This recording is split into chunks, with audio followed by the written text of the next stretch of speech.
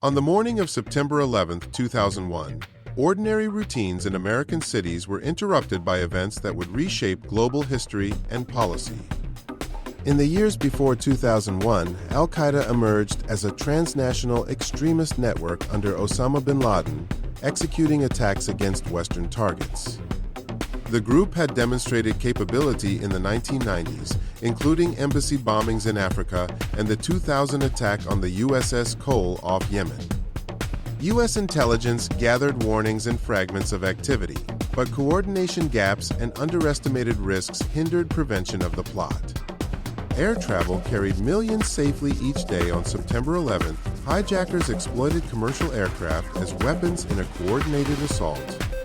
At dawn, flight crews and passengers began what would become an unfolding national crisis across multiple cities and timelines.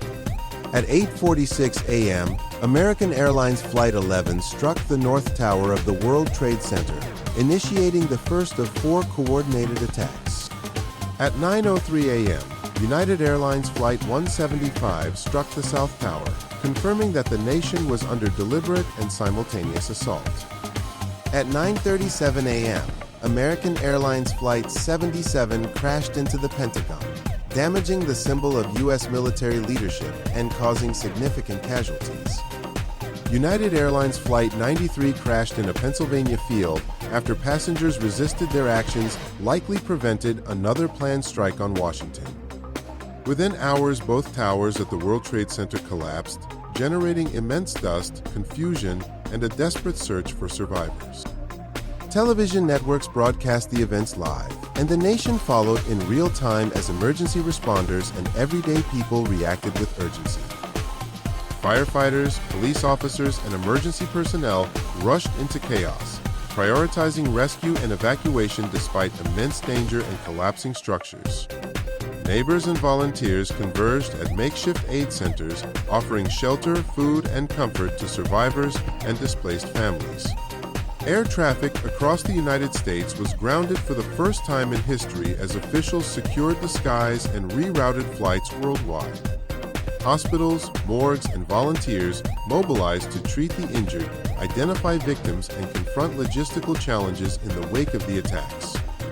International governments offered condolences and support solidarity poured in while authorities worked to stabilize, investigate, and recover evidence. Search and rescue teams conducted exhausting recovery operations amid hazardous conditions, focusing on reclaiming lives and preserving evidence for investigation.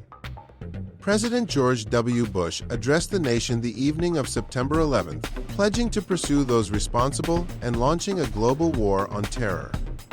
Congress passed sweeping security measures, including the USA Patriot Act, reshaping surveillance powers and prompting intense debate over civil liberties. The Department of Homeland Security and the Transportation Security Administration were created to centralize protections and transform aviation and border security. U.S. military forces entered Afghanistan to dismantle al-Qaeda and remove Taliban sanctuary, beginning a campaign that would shape global geopolitics.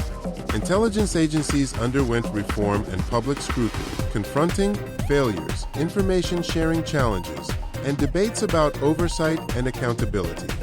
The attacks prompted international cooperation against terrorism while also sparking controversies over detainee treatment, surveillance, and the balance between security and rights.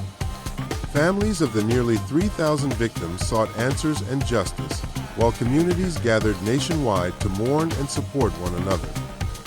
The National September 11th Memorial and Museum was established to honor victims, preserve artifacts, and educate future generations about the events and consequences.